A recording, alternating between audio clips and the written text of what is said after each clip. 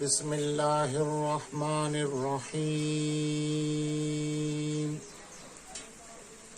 الحمد للہ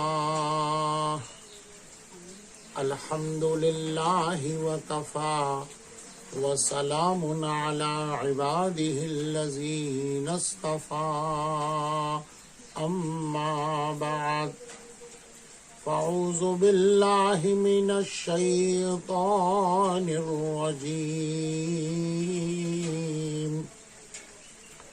بسم اللہ الرحمن الرحیم والفجر ولیال عشر سبحان ربک رب العزة عما یصفون وسلام علی المرسلین والحمد للہ رب العالمین اللہم صل علی سیدنا محمد وعلی آل محمد وبارک وسلم۔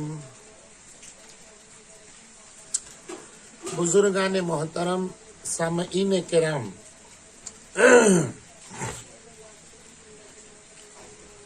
ماہ مبارک کے مبارک ایام اور اس کی راتیں گزر رہی ہیں۔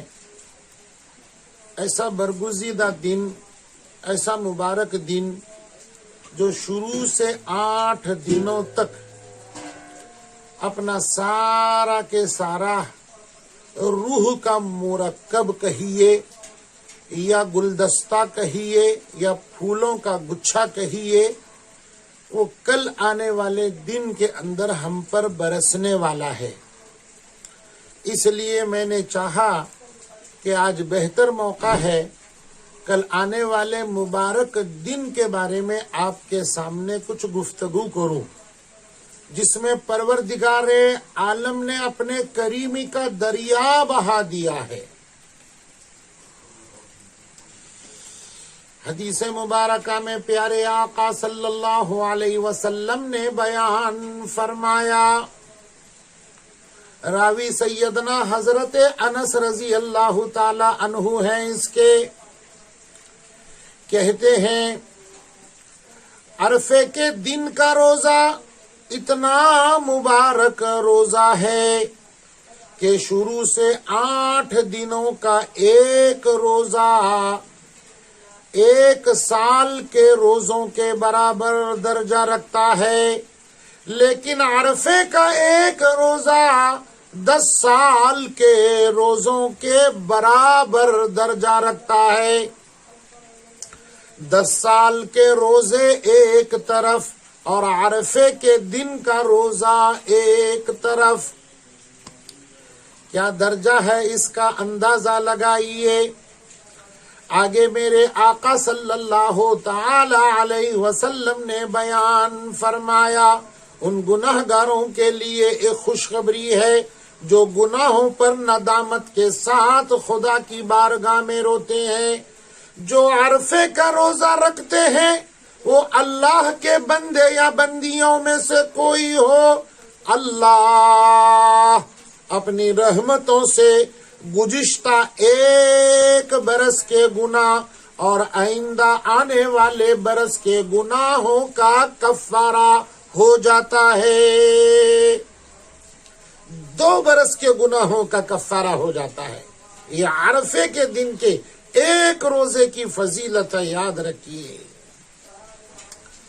امی عائشہ صدیقہ رضی اللہ تعالی عنہا نے ایک مرتبہ آقا صلی اللہ علیہ وسلم سے جنت کا ذکر پوچھ لیا۔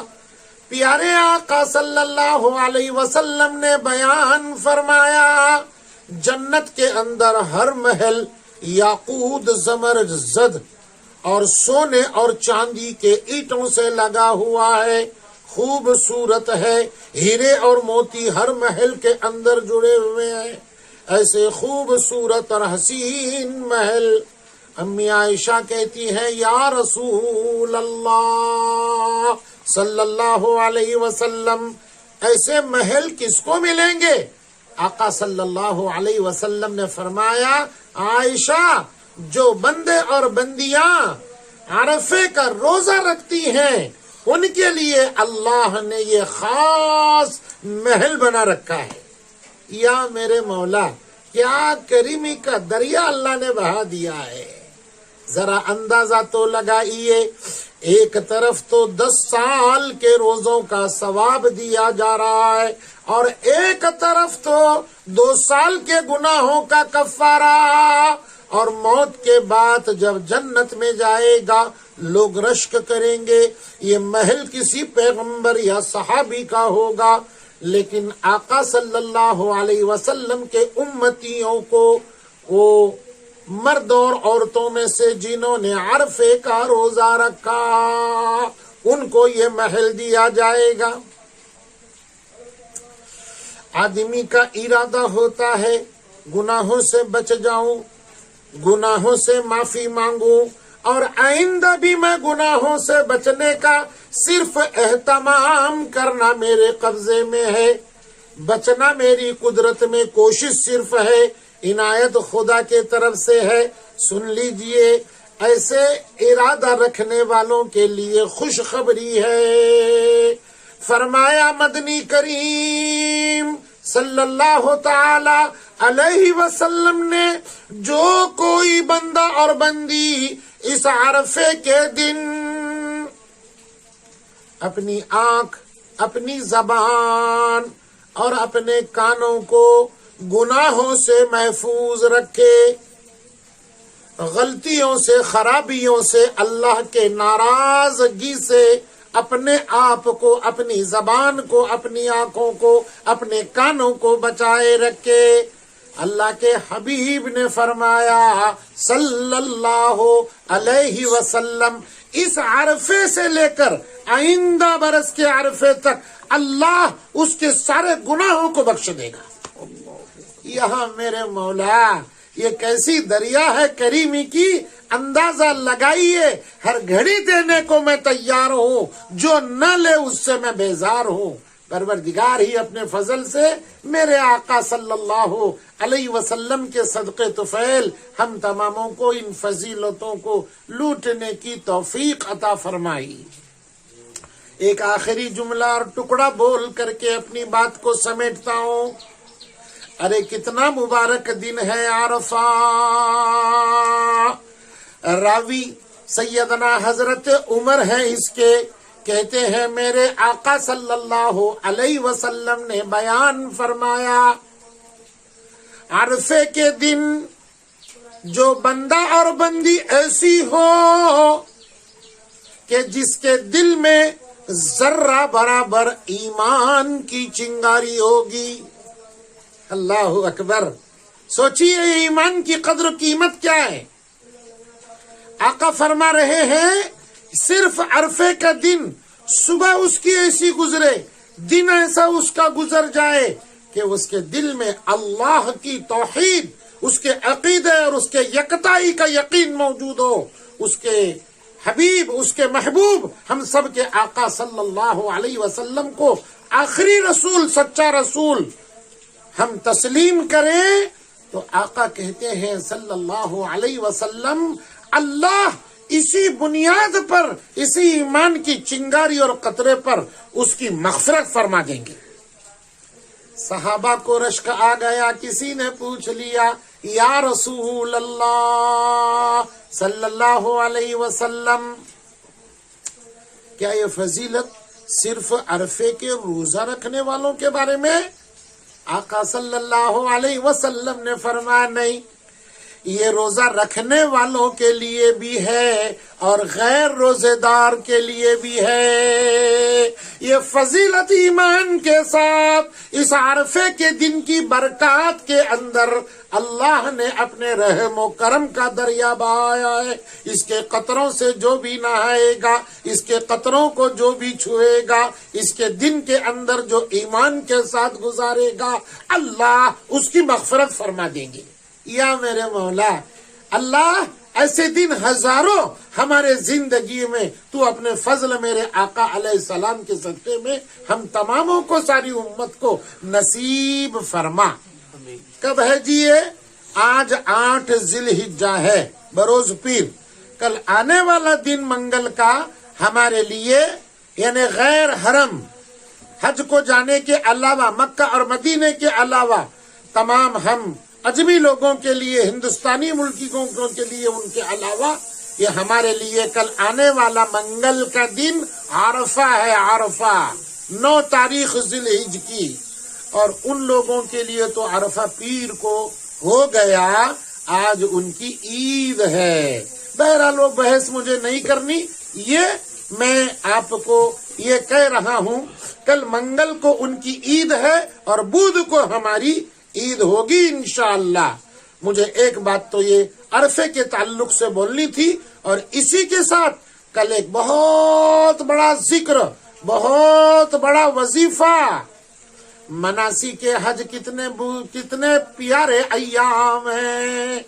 9 ذی الحجہ سے 13 ذی الحجہ تک 5 دن اللہ کے دربار میں, اللہ کے خاص گھر کے اندر, اس کے ارد گرد زمینوں پر لاکھوں لوگوں کا سمندر ٹوٹ پڑا ہے اور تکبیر بلند کر رہا ہے تلبیہ کے ساتھ, لبیک اللہم لبیک, اور ساتھ میں وہ گونج رہی ہے اللہ اکبر اللہ اکبر, لا الہ الا اللہ واللہ اکبر اللہ اکبر وللہ الحمد. یاد رکھیے یہ عظمت مناسک حج کے 5 دنوں کی ڈنکا بجانے کے لیے اللہ نے یہ 5 تکبیرات تشریق مقرر کی ہیں. ایک لطیفہ بھی بڑا عجیب لکھا ہے. خلیل اللہ علیہ السلام نے جب لٹایا اسماعیل کو, جمعے کا بیان آپ پورا اور ایک مرتبہ ریکور کر کے دیکھ لیجئے, پوری تفصیل موجود ہے. ابراہیم چھری چلا رہے ہیں, اللہ کو صرف آزمائش مقصود تھی, امتحان میں کامیاب ہو گیا. جبرائیل نے وہ دمبا 400 برس سے چل رہا تھا, بھاگے دوڑے ہوئے آئے اس خیال سے کہ ابراہیم کہیں چھری گلے پر نہ پیرے. آسمانوں پر سے زمین پر مکہ کی وادیوں پر اترنے کے قریب آ کر کے پکارنے لگے, اللہ اکبر اللہ اکبر. جب یہ کان میں آواز پہنچی ابراہیم کے, ابراہیم سمجھے کہ میرا نذرانہ میرے نور نظر کا قبول ہو گیا, اللہ نے کچھ اور انتظام کیا ہے. سیدنا خلیل اللہ نے ڈنکا بجایا, لا الہ الا اللہ اللہ اکبر. اسماعیل نے سمجھا, ذبیح اللہ نے یہ خیال کیا کہ میری قربانی اللہ کے بارگاہ میں منظور ہو گئی.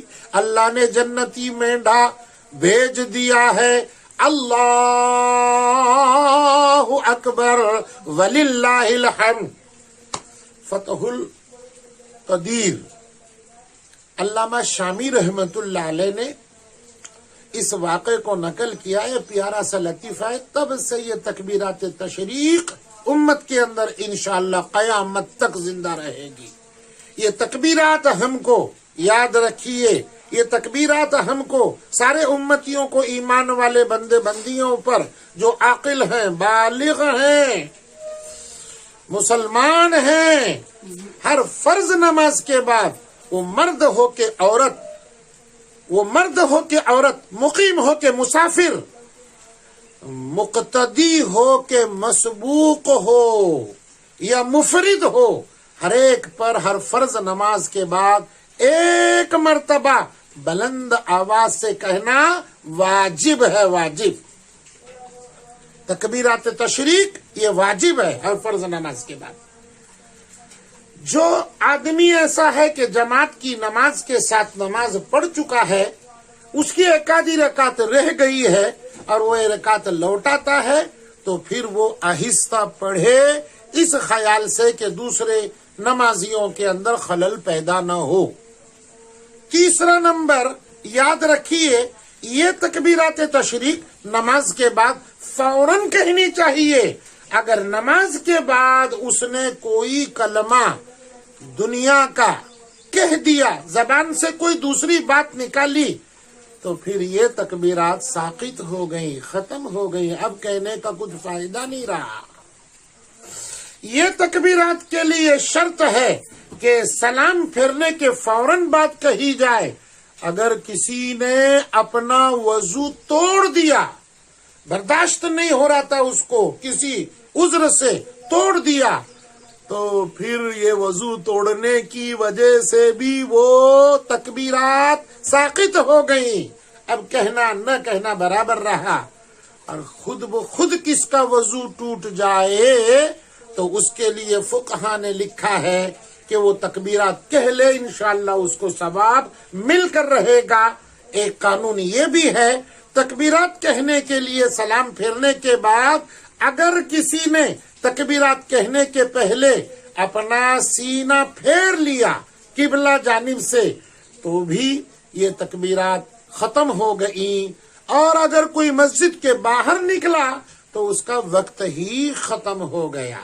اس لیے ان تکبیرات کو 5 دن ہیں، 9 ذی الحجہ سے، یعنی کل آنے والا منگل کی صبح سے، منگل، بدھ، جمعرات، جمعہ، شنیچر کی عصر تک 23 نمازیں ہوتی ہیں۔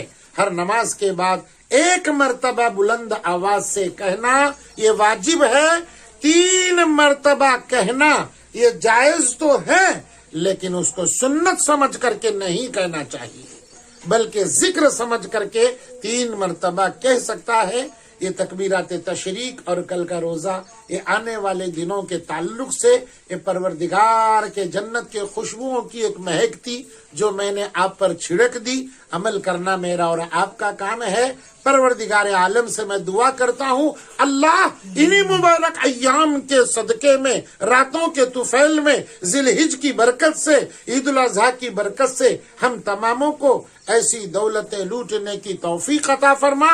عید الاضحیٰ کی مسرت خوشیاں ایمان والے بندے بندیوں کو ساروں کو نصیب فرما، اور قربانیاں خوش دلی کے ساتھ ہر حاسد اور ہر نظر بد سے بچا کر کے اطمینان اور سکون کے ساتھ اللہ تیری مدد کے ساتھ ان قربانیاں کرنے کی ہم تماموں کو توفیق عطا فرما۔ وآخر الدعوانا ان الحمد للہ رب العالمین۔